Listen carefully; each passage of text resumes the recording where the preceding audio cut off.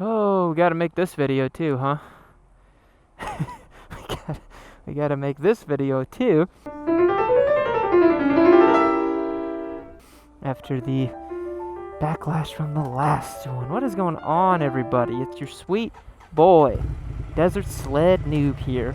Back at it to deliver you the internet's finest motorcycle content. So a while back I made a video where I was talking about 1000cc motorcycles for beginners. And I honest to God, I made that video I just wanted to put up something on the channel. I was like, hey, I think this would be a pretty cool topic to talk about. Did not expect it to do as well as it did. It outperformed basically every other video we posted that week extraordinarily well. Got like 1,000 comments in the first day, which was nuts. That's way more than I see on any video. So definitely this was a topic that people felt the need to chime in on, to talk about, and really wanted to voice their opinions on. And a comment I saw in that video very, very often was, Yami, we get it, we hear you. 200 horsepower, that's crazy for a beginner. But we have been asking about 600 cc's for beginner riders. How do you feel on this topic? Well, I'm so glad you asked, because I'm in the business of making videos, and I'm going to talk about it today. So this is a topic that I personally feel like has been beaten to death on the internet. But again, like, I've seen comments asking myself about this. I've seen popular YouTubers and content creators in the motorcycle space posting about this as well. I mean, hell, even Ari Henning the other day in his Instagram story posted up a DM about someone asking him about starting on a 600. And here's the thing. I think what happens in a lot of people's minds is that they may see something like the 1000 and they're like, damn, that is pretty crazy. Maybe I shouldn't do that. Then they see the 600 and they're like, oh, that's more appropriate. But what they don't understand is that it's still not really appropriate for beginner riders. And there's lots of reasons why. And today, I want to break some of those reasons down, talk about why starting on a 600cc bike is probably a bad idea and you shouldn't do it. So the first reason I think starting on a 600 is a bad idea, if we could just get out of the way of this Lexus that is going about 25 miles per hour down this wonderful road, is that the ergonomics package on a 600 is just not very conducive for riding on the street. You have to remember that 600s, unlike 1000s in a lot of ways, honestly, are even more race replica than their 1000 counterparts, because it's almost like manufacturers know that people are going to take the 1000s and use them on the street and have fun with them and do whatever they want. But the 600s are really pretty laser focused on going as fast as possible around a racetrack. It's why most serious racers, unless they're complete sociopaths, do end up sticking to the middleweight class. I myself have a Daytona 675R that I run as a race bike in CMRA here in Texas and Oklahoma and Louisiana and those places.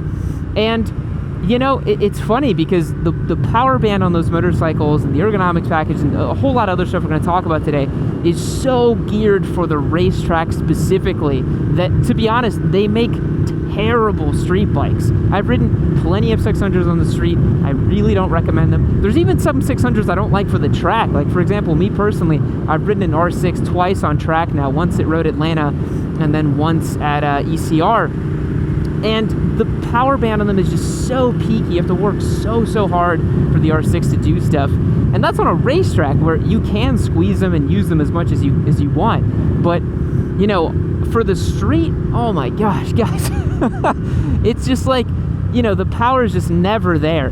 And for a beginner rider, you're probably still going to feel like the bottom end power on a 600 is pretty good. And then you wick up the throttle and it just goes off like a rocket ship. You're not really ready for that just yet. And so the power band is really kind of wonky on them. But back to another reason, we were talking about this originally, why the streetability of the 600 is bad. It's the ergonomics. They are so perched forward. The seat is so high. The pegs are so high. The handlebars are so low. And that's designed to give you a really racy kind of attack position on a racetrack, and they work super great for that reason. But on the street, give me a naked bike or something upright like this Desert Sled any day of the week. I will take a motorcycle like this Desert Sled over a 600, over a 1000, over any super sport motorcycle for the street any day. Now, would I want to take this on the racetrack? Of course not. So that's really what you have to understand, is that 600s are super laser focused, designed to be racetrack tools. Honestly, it's why something like the MT-07, which has about 87 more cubes of displacement than the R6, you know, it's still plenty fast for the street, and it just works a lot better as a street bike. So if you are after that sport bike aesthetic, you like the fully fared thing, and you're a beginner rider, there's so many good options of fully fared, plasticed out bikes that are appropriate for a beginner. I'm thinking of stuff like the CBR 500R, the R3, the Ninja 650. There's so many great bikes that are appropriate for a beginner rider that aren't going to scare you. Well, the 650 might scare you a little bit, honestly, but that they aren't going to completely overwhelm you is the thing I want to say. Because although the 1000s will definitely overwhelm you, even in their demo, there's no way that you're going to get on one as a beginner rider and feel totally comfortable. The 600s are just as manic, but in a different way, you know? And honestly, they're a little bit more dangerous in my opinion, because they kind of fool you into thinking that they're not that fast. If you keep a 636 or an R6 under about 8,000 RPM, you could be fooled into thinking that, you know, it's not that fast. But again, it's a lot like we were talking about in the 1000cc video, where some of these guys jump on these high-powered sport bikes as their first bike, and they think that they can just put it into D mode and they'll just cool it in D mode and be chill. Whereas the 600s are like, oh dude, just stay out of the power band and you'll be fine. You'll have a great time on that bike. But again, unless you are the most responsible rider and you can just absolutely control yourself to the nth degree, all you have to do is just twist that throttle a little bit and you're having yourself some fun on your motorcycle.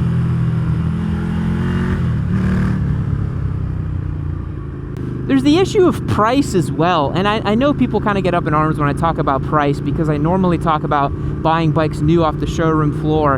And yes, it's true, you can totally get a good deal on used bikes, and I really recommend that people buy used motorcycles, but a lot of young guys that I see are going after these motorcycles. They've got $2 or $3 grand burning a hole in their pocket, and $2 or $3 grand does not buy you a very good 600. I'm not gonna lie. You'll go on Craigslist and find some stunted out 636 or some track prepped beat up R6 for, you know, $3 or $4 grand, not even $2 or $3 grand. And that's just gonna be a huge headache of a motorcycle for you. That's not gonna be a bike that's gonna be easy to maintain or easy to fool around with, because again, it has 4 cylinders, right? So if it is a bike that's in need of a valve job, all of a sudden you as a beginner rider, but you're just getting your feet wet into the lifestyle, you're just getting your feet wet into the hobby, you know, all of a sudden that's going to be a huge thing that you have to do or figure out or pay someone else to do. So that's another reason why I think, you know, they might seem cheap on Craigslist, they might seem cheap in some of those used marketplaces, but they're going to be more expensive in the long run than a simple, smaller motorcycle. And not to even mention, if you go and buy one brand new, yeah, I know you can get financing and all that, but not to get all, you know, personal finance guru on here, but you don't want to take a loan out for some toy when you're 22 years old for $12,000. That's not going to set you up for success later in life. So I'll keep the personal finance wisdom to a minimum on this video, but that's just not a good idea. You should definitely buy your first motorcycle cash and probably just call it a day on that. Just be easier for you. Another point that people don't really think about when it comes to super sport style motorcycles, 600s and that kind of stuff, is the braking system. So beyond just throttle control, which is something that you will definitely have to become familiar with and understand and learn as a beginner rider, you know, another huge thing is your brakes. And honestly, brakes are going to be even more dicey to take care of and control than your throttle when it comes to your first kind of experiences riding. You know, I've seen countless stories of beginner riders. They're in a parking lot, they have something happen to them, you know, someone cuts in front of them and they're mid-turn and they just stab the front brakes and all of a sudden just, you know, just, whoop, just go right down. Happens all the time. It's really, really common to see it. And the thing about 600s is that because they're literally race replica machines, the brakes on them are usually very, very powerful from the factory. That's because you want to be able to stop very, very aggressively on track. They usually have big dual disc, you know, high quality Brembo or Nissan calipers up front, a nice master cylinder that's going to give you great braking performance on track. But you as a beginner rider, there's no reason for you to need that. You guys know that I deride the Yamaha R3 very, very often on the channel for having wooden terrible brakes. That's because I'm an experienced motorcyclist. I think for a brand new rider, something like the R3's brakes, it stops the motorcycle. And honestly, the wooden feel is going to be great for you to work your way up to a braking system that is very, very high powered.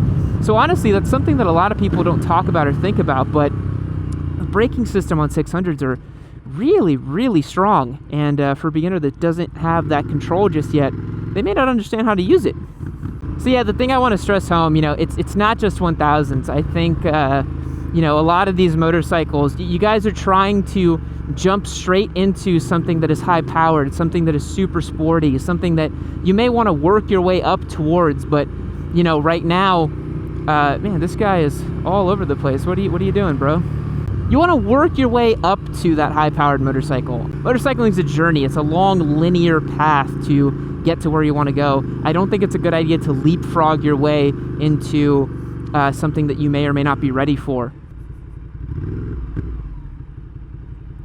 Must we come to a complete stop for no reason? Yeah, there's no stop sign here. I'm not really sure what we're doing, but okay. Because again, similar to the 1000s, it just really does reek of ego and sort of machismo to try to jump to a super high-powered motorcycle when you don't have the experience or understanding just yet. And I do really want to stress that. I think a lot of people think that 600s aren't very fast. A 600 around most Texas tracks is only about a second off the pace of a leader bike. So go and tell any of those guys that their 600 isn't very fast, because when you're only 1 second off a leader bike, that's really not much. I think what happens is a lot of street squids go out and highway race their buddies, and they're like, oh man, I gotta keep up. So they go and get a 600, they got a 1000. But going fast in a straight line is really simple.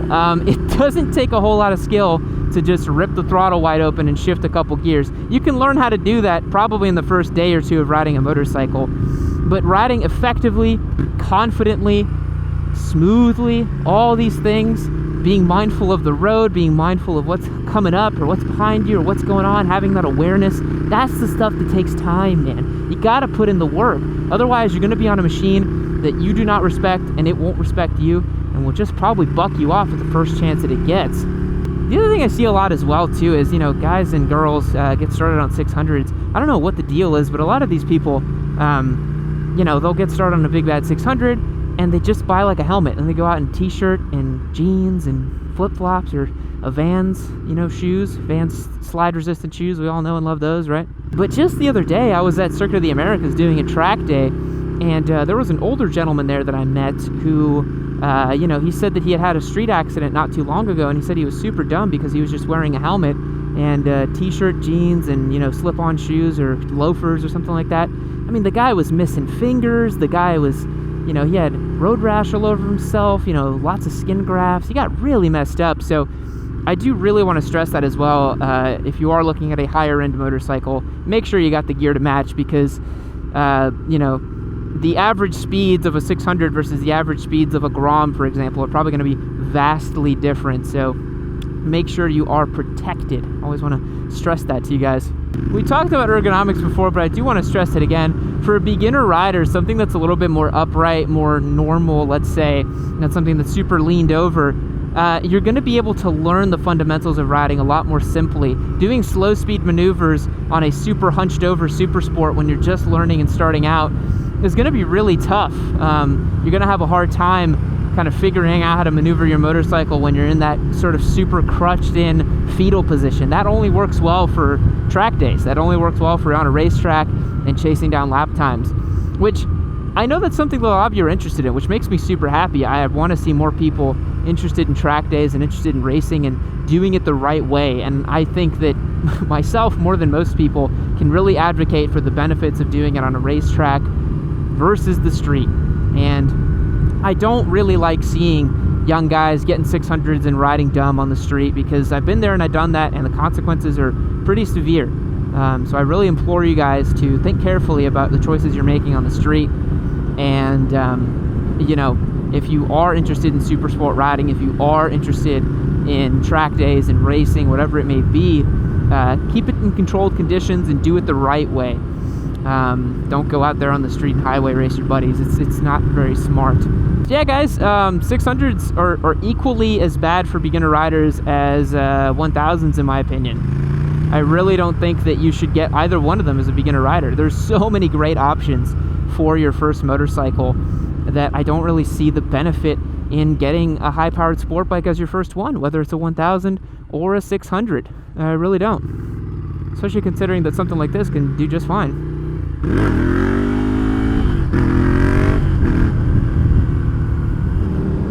Hey, thanks for watching the video. Why don't you click this one right over here and you can keep watching some more of your sweet Papa Yam. Maybe this one will have fun memes in it. Maybe it'll be interesting. Maybe I crash a motorcycle. Who can say? Maybe you should click and find out.